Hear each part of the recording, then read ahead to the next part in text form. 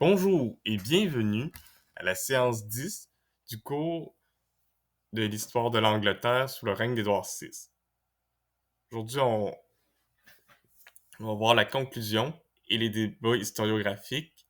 Édouard VI, un roi oublié ou une figure clé de la réforme anglaise. Bon. D'abord, le plan de la séance. On va voir l'introduction. Pourquoi Édouard VI est une figure controversée?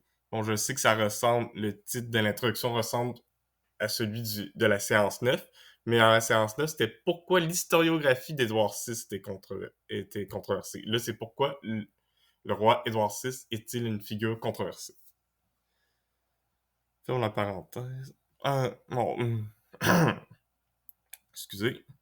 Un roi oublié, un règne éclipsé par Henri VIII et Élisabeth Ier, la brièveté du règne, l'absence d'un héritage personnel durable, une monarchie dominée par ses régents. Ça, en troisième lieu, on va voir une figure clé de la réforme anglaise, un tournant, pardon, décisif vers le protestantisme, un cadre institutionnel réformé, une influence idéologique posthume. En quatrième, on va voir les grands débats historiographiques, un règne faible ou structurant, la crise Tudor au milieu du siècle, réinterprétation moderne, un roi plus actif qu'on ne le croyait, comparaison avec les autres monarques Tudors, puis conclusion vers une relecture d'Édouard VI. Pardon. Hum. Introduction. Pourquoi Édouard VI est-il une figure controversée? Le règne d'Édouard VI, 1547-1553, est souvent considéré comme une période de transition prise entre le règne fort et autoritaire d'Henri VIII et le retour du catholicisme sous Marie Ier, suivi par la stabilisation protestante sous Élisabeth Ier.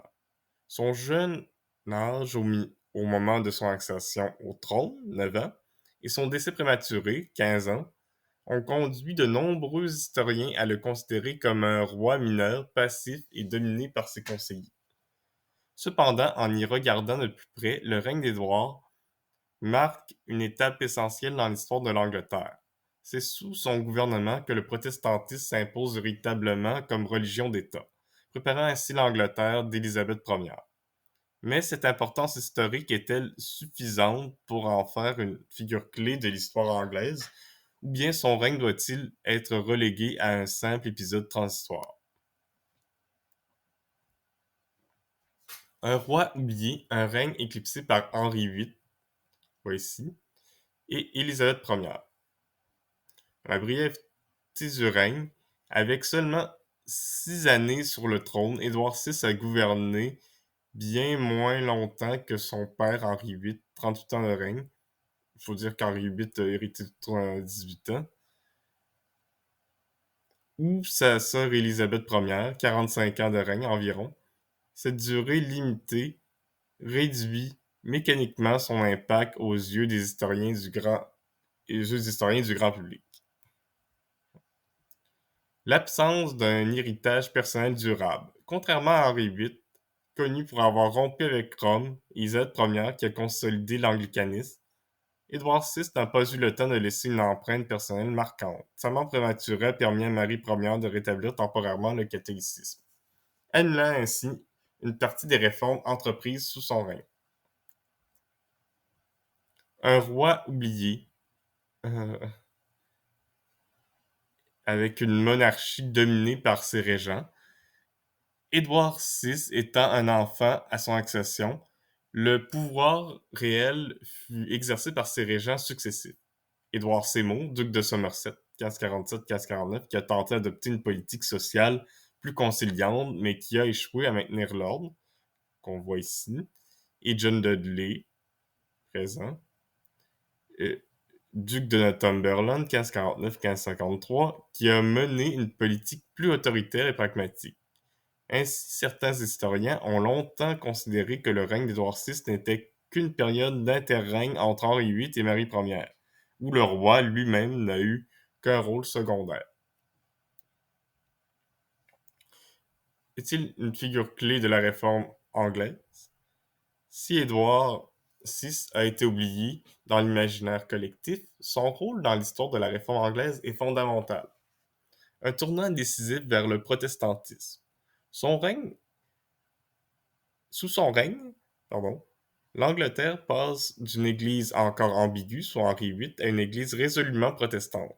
Le premier Book of Common Prayer, 1549, introduit un culte anglais et marque une rupture avec la messe catholique. Le second Book of Common Prayer, 1552, va encore plus loin en instaurant une liturgie entièrement réformée, rejetant toute présence réelle du Christ dans l'Eucharistie.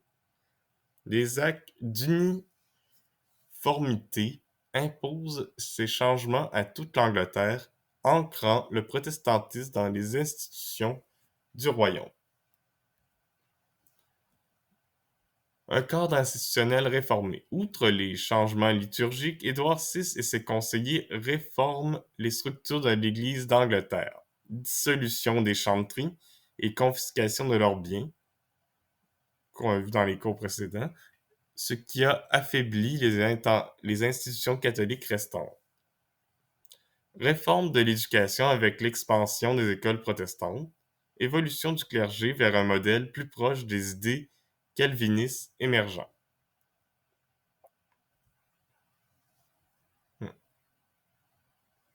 Une figure clé de la réforme anglaise. L'influence idéologique posthume.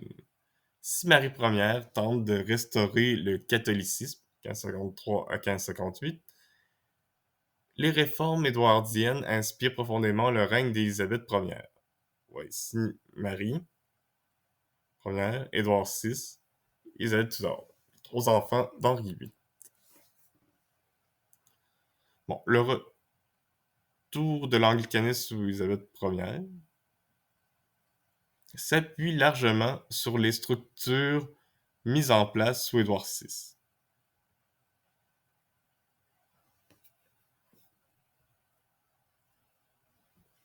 Bon, les grands défauts historiographiques, un règne faible ou structurant. La crise des Tudors du milieu du siècle.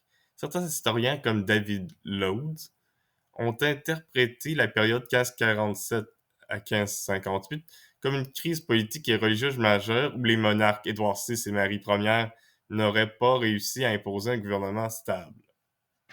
Les révoltes de 1549, révolte de Kent et révolte occidentale semblent illustrer une instabilité chronique.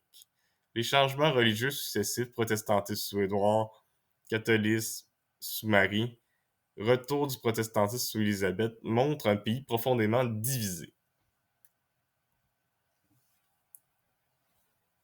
Réinterprétation moderne. Un roi plus actif qu'on ne le croyait. Depuis le 20e siècle, des historiens comme Jennifer Lowe et Stephen Halford ont mis en évidence que loin d'être une simple marionnette, Édouard VI était un roi actif et engagé dans les réformes religieuses. Ses écrits personnels et son intérêt pour la théologie suggèrent qu'il voyait son rôle comme celui d'un roi pieux chargé d'établir le véritable christianisme en Angleterre.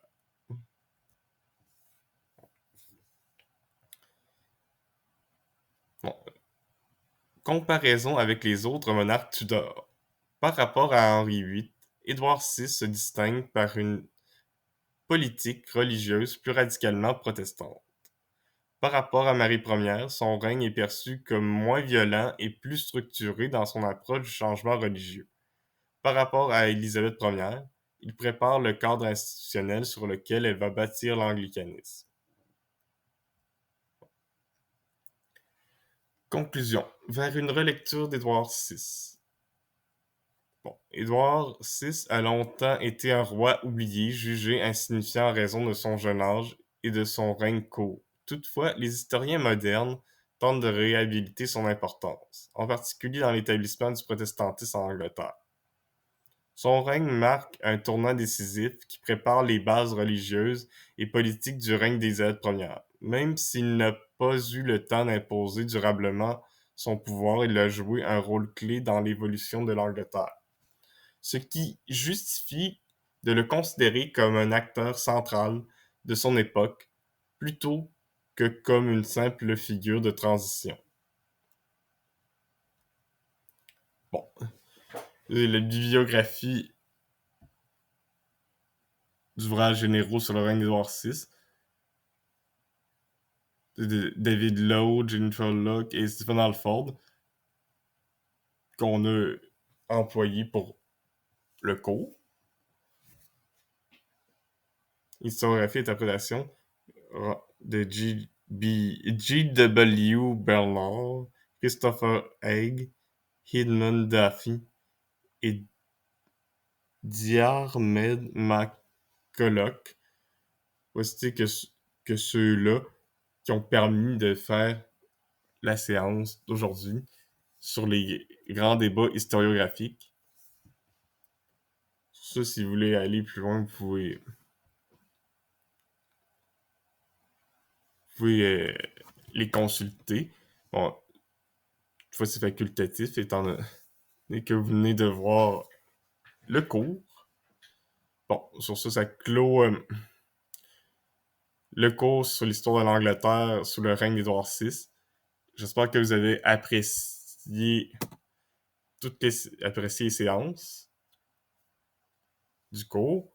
Et sur ce, on va se retrouver pour d'autres cours sur d'autres sujets. Ça pourrait être d'autres monarques, comme ça pourrait être sur l'histoire, exemple, mettons, des Mayas. Je dis ça juste comme ça. Bon, c'est ça.